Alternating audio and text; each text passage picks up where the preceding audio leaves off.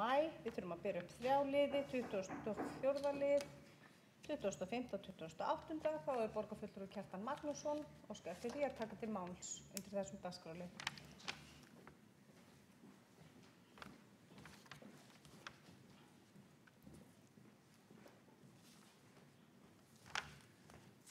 Forseti, góðir borgarfulltrúar, ég ætla að taka til máls undir 3. lið held ég að sé, fundargerð stjórnar Orkuveitu Reykjavíkur frá 19.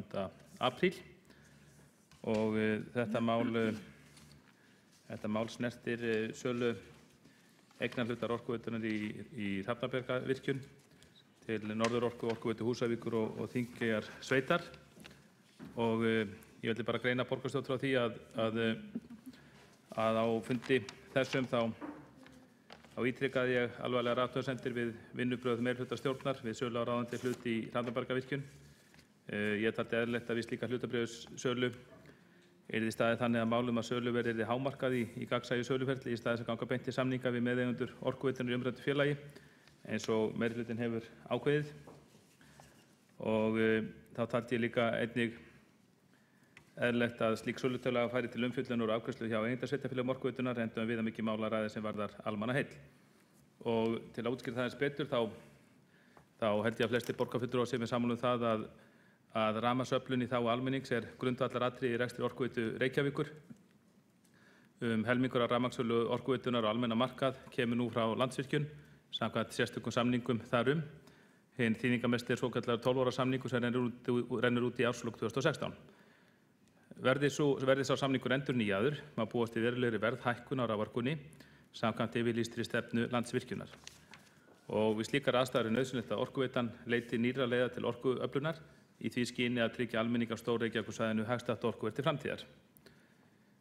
Það geta komið kostir til fleiri en einn kostur til greina í því tilviki en það er hins vegar að mínu áliti alls ekki til góðs fyrir almenning í Reykjavík, notendur hjá Orkuveitunni, að þeim kostum sé fækkað, að minnsta kosti ekki á svo konu máli.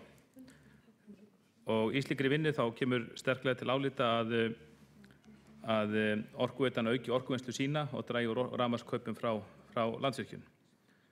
Og í skýrslu sem hefur verið gerð máli hjá Orkuveitunni þá kemur skýrt fram að Orkuveitan þurfi að auka orkuvinnslu sína eða halda áfram að kaupa raforku af þriðja aðila til að fullnægja umræddri orkuþörf.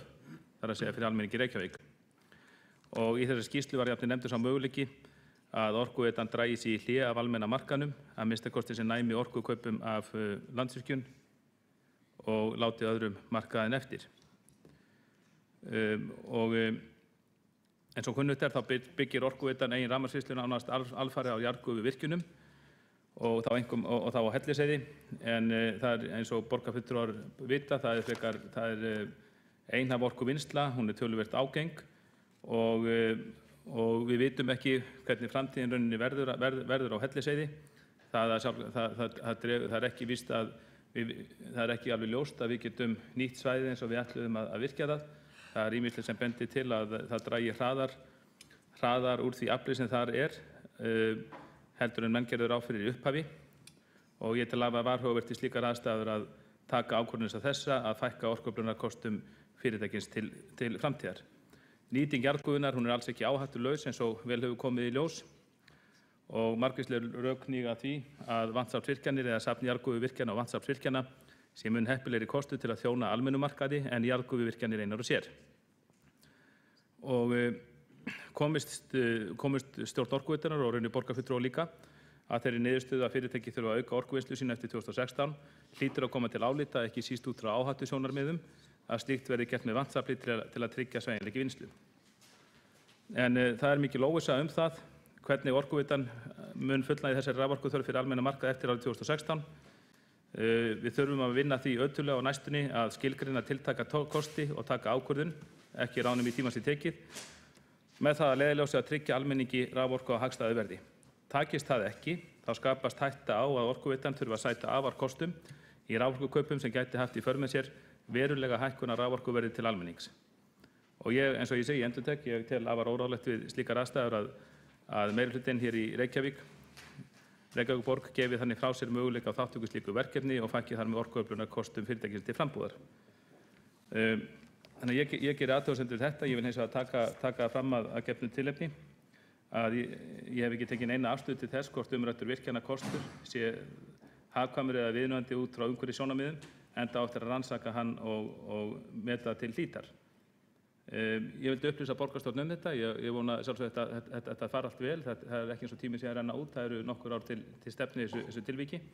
En ég tel alveg ljóst og til rétt að borgarstjórn Reykjavíkur gerir sér grein fyrir þessu máli, gerir sér grein fyrir alvöru málsins og því að það þarf ítarleg og upplýst umræða að eiga sér stað á næstu misserum orkuöflunarkosti Reykvíkinga til framtíðar. Þá hefur borgarfulltrúi Kjartan Magnússon lokið máli sínu og þá er borgarfulltrúi Dagur B. Eggertsson næstur á mælendaskrá. Forseti, ágæta borgarstjórn, ég nú byrja því að þakka borgarfulltrúa Kjartani Magnússoni fyrir þetta innlit í stjórnar Orkuveitunar. Við höfum fylgst með umræðan um þetta.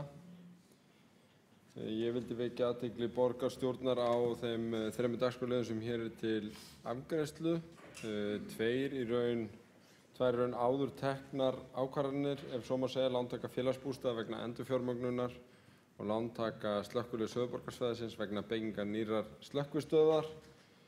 Þar er að ræða í báðum tilvikum lán hjá Lánasjóði sveitarfélaga sem kallar á það að veð er tekið í útsvari þeirra sveitarfélaga sem eru eigendur.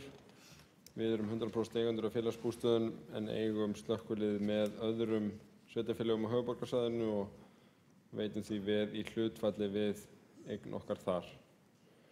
Að síðustu er síðan verið að auka í ramma velferðarsviðs vegna yfirvinnu á þjónustumiðstöðvum og leggja til að þessar 3 tillögur verði samþykktar.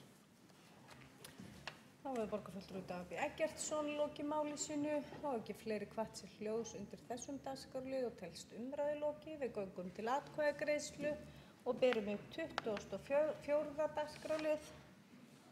Þeir borgarfulltrúar sem samþykkja hann vilja gefa merki. Við berum upp 24. lið sem er lántaka félagsbústaða vegna endurfjármögnunar eldri lána. Þeir borgarfulltrúar sem samþykkja það vilja gefa merki. Einhver á móti? Það telst því samþykkt með 9 atkvæðum gegn 5 hjásettum.